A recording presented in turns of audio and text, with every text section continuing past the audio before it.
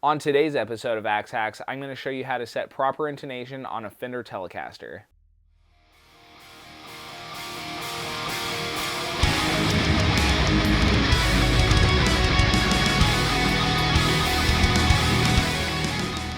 So the guitar we're going to be working on today is this Mexican thin line Tele. As much as I love Telecasters, one big design flaw with them is the bridge saddles. With the straight across style classic saddle, it's actually impossible to set the intonation properly. So today I'm going to show you how to install a set of compensated brass saddles and get the intonation taken care of properly. Okay, so before we jump into swapping out these bridge saddles, let's go ahead and explain a little more in depth as to why these don't properly work to set intonation. So notice how all of these bridge saddles are holding two strings, and each one just goes straight across, horizontal here across the body. Well, if we look at another one of my guitars, this is my Ibanez RGA, with a bridge that has independently adjustable saddles. This has properly set intonation right now. Notice how it goes in kind of this wave. That has to do with the gauge of the core of each string. And the way the intonation is set is you pluck the string. Once it's perfectly in tune, you fret it at the 12th fret, pluck it there at the octave, and if it is sharp, then this stretch of string needs to be lengthened, so you would back the saddle up.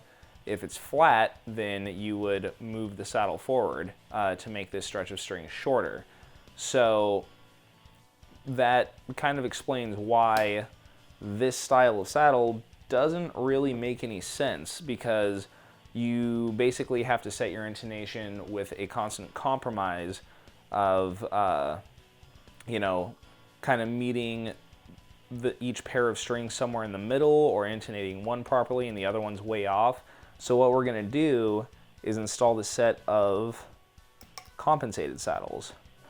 And what these do is they have the middle hole here kind of drilled in an angle, and this allows for not a ton of adjustment, but it allows for kind of a predetermined intonation for standard tuning, for the saddle to be angled in the correct direction. So let's go ahead and get the old straight across saddles off, and we'll get these new brass ones put on.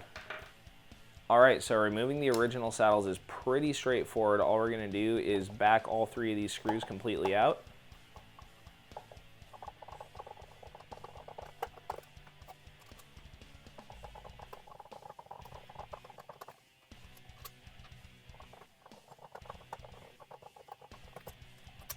And once you get them out, you might as well take the opportunity to clean out this bridge plate.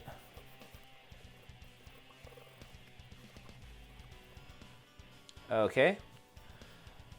Now, if you have a set of compensated saddles, they're probably going to be designed very similar to the ones that I have. So the way that is that you're going to have two with kind of a notch out of the bottom right here. And you want to make sure the notch is to the outside. And the reason for this is that when you're setting the string radius with the saddles, you want a little more clearance on the edges, because they're going to be lower than the middle. And you can tell which saddle goes in the middle because it doesn't have one of those notched out sections. So let's go ahead and get these installed.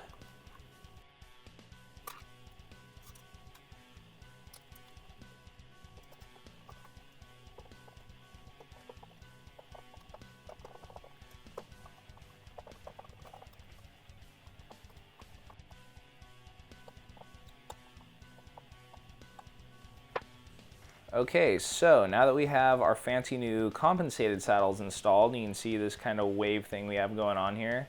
The next thing we need to do is file in a couple of string grooves in the top of each saddle to hold the string in correct alignment with the neck. So all I'm going to do is use one of the factory saddles as a reference and go through and mark corresponding notches so that it is the same spacing as the factory saddle.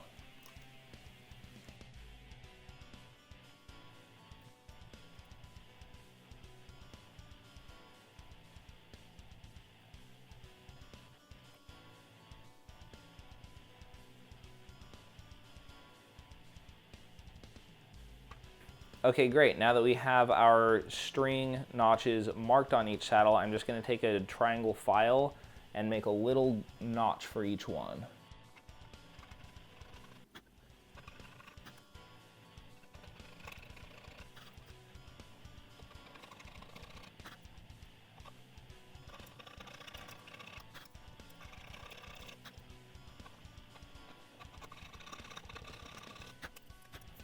Okay, and of course with these angled saddles, you want to make sure that the grooves for your strings are still going straight in reference to straight up the neck, not straight across the saddle since it's angled. The type of tuner that you want to use when you're setting up your intonation is ideally a type of strobe tuner. I've found that the iStrobosoft app from Peterson on the iPad or iPhone actually works great. I just go into my iPad with an Apogee Jam, and it's incredibly accurate. It's fantastic. So what we want to do is tune our open string as accurately as possible. So looks like our E's a little sharp. You stretch that string a little bit, bring it back up. Very sensitive. So that's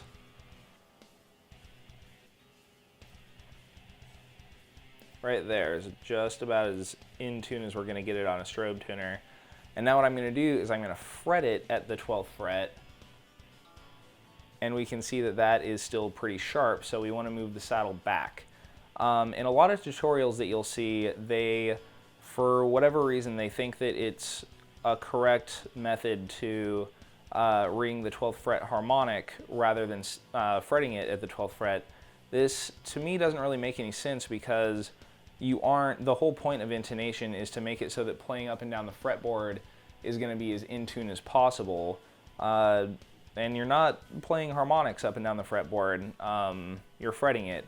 The reason why this tends to be sharp is because you are, if you think about it, you are actually bending the string, be it that millimeter or however high you set your action, it is going to pull the string slightly sharp. So really you want to set your intonation to compensate for that. So right now we're striking this at the 12th fret and it's sharp. So what we're going to do is we're going to loosen the tension of the two strings that saddle is going to affect.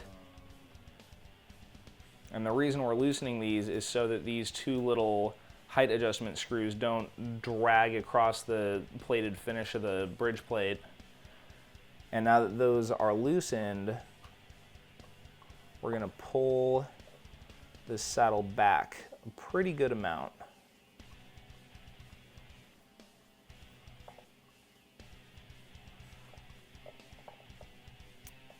Okay, so we moved that back probably a solid 4 millimeters, 3 or 4 millimeters. So now we're going to tune these strings back up and see where we land at the 12th fret.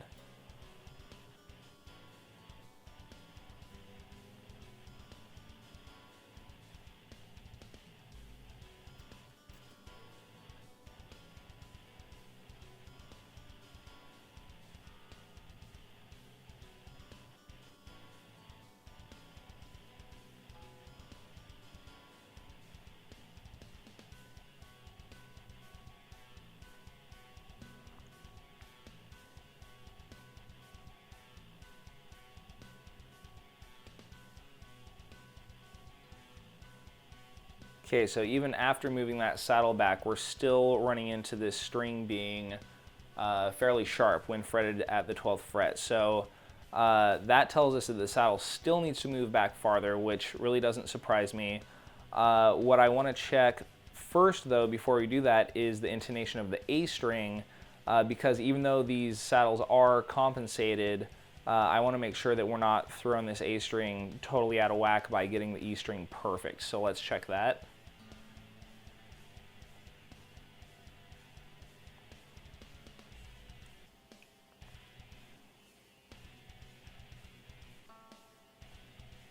Okay, so that's still sharp also, so let's go ahead and loosen these again and move the saddle back even further.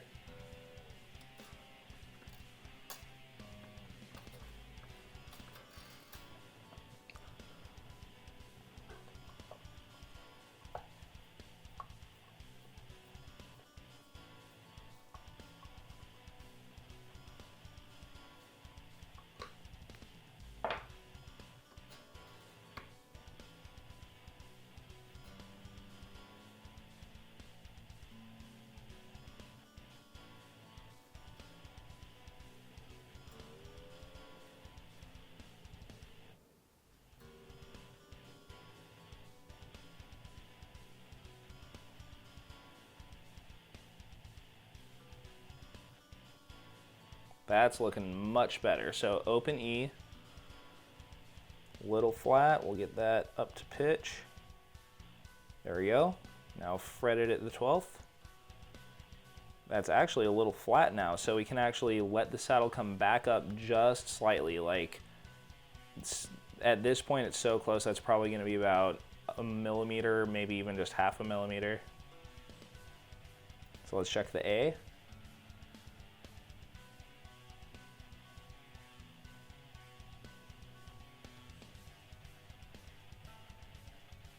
Again, just barely flat. So we're gonna let this come back up maybe 2 or 3 turns of the screw and then recheck it.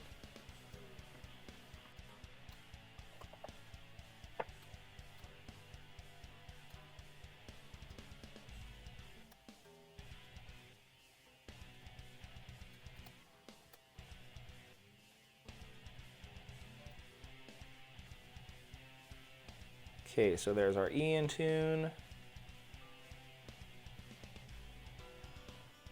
Now you can see just how nitpicky this intonation can be, because that is, in fact, it's a little flat on the open note. Okay.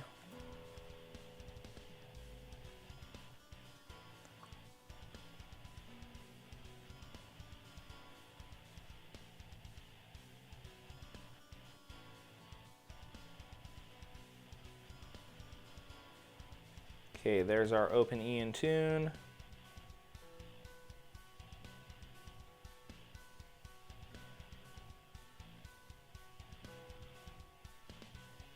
And 12th fret in tune. Open, 12th fret. I would call that just about spot on, actually. Let's check our A.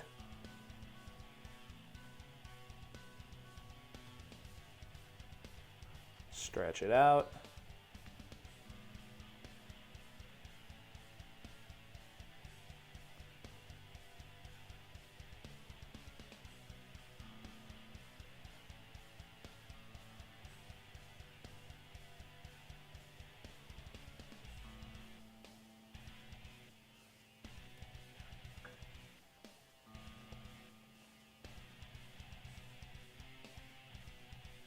Okay, there's our open A.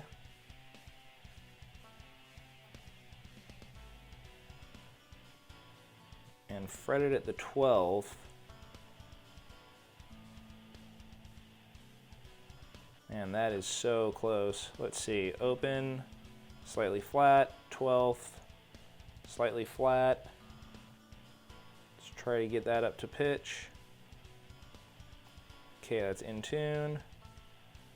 Now it's showing slightly sharp at the 12th. Now it's showing slightly sharp open. So if this is showing pretty much the same relative to one another,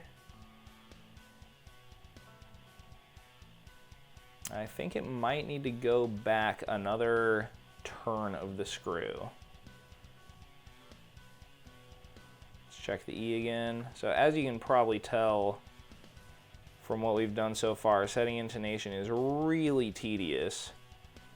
And this is why a lot of shops charge what they do for setting intonation. So the E is still crawling just a tiny, tiny, tiny bit sharp. So I'm gonna loosen these one more time and seriously pull that saddle back 1 screw turn and see where that gets us.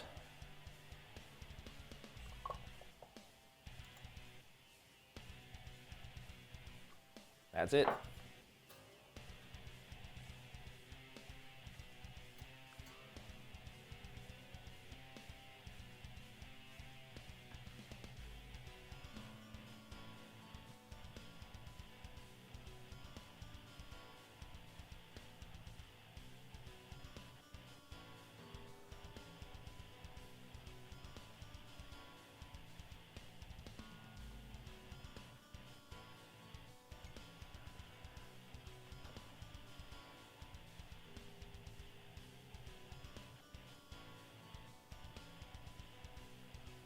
Okay, there's our E.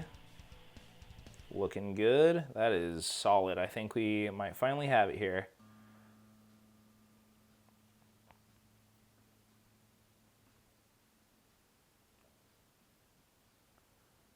Okay, there's our A.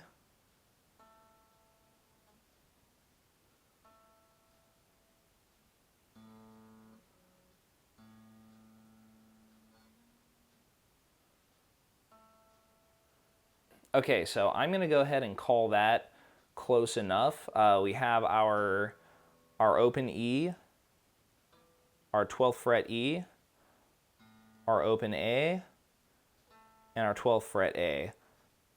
Those are very, very, very close. They're not absolutely 100% perfect, but you have to remember that even with these compensated saddles, even though they're much, much better than the stock Fender units, we are still at the mercy of whatever machine shop, whatever angle they chose to drill each one of these saddles at. So, you know, without being able to change that angle or by any other means adjust the break point of each one of these strings, that's really close for a Telecaster. So I'm happy with that on the E and A strings. I'm going to go ahead and move on to the other ones, and we'll check and see how they all turned out here at the end.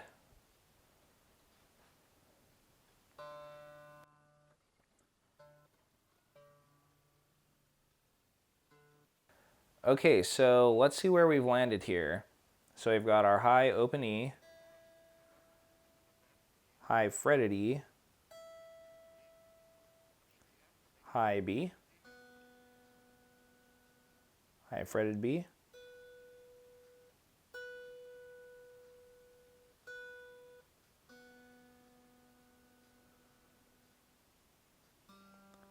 our G,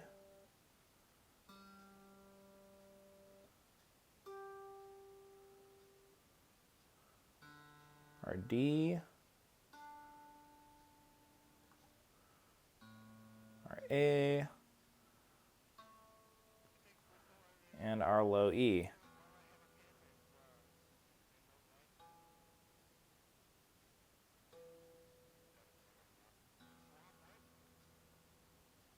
All right, looking pretty good. Now, while you probably noticed that not all of those were perfectly in tune, just so long as they're, you know, gradually moving into the sharp or flat direction at the same rate as the 12th fretted counterpart, then you're pretty much in the right ballpark. Again, tuning with a strobe tuner, setting intonation with a strobe tuner is extremely tedious and it takes forever, which is why I sped through that whole process. But yeah, now that we have these new saddles on there, the intonation is much, much closer than it ever would have gotten with the stock straight barrels. Well, thanks for checking out my Telecaster intonation video.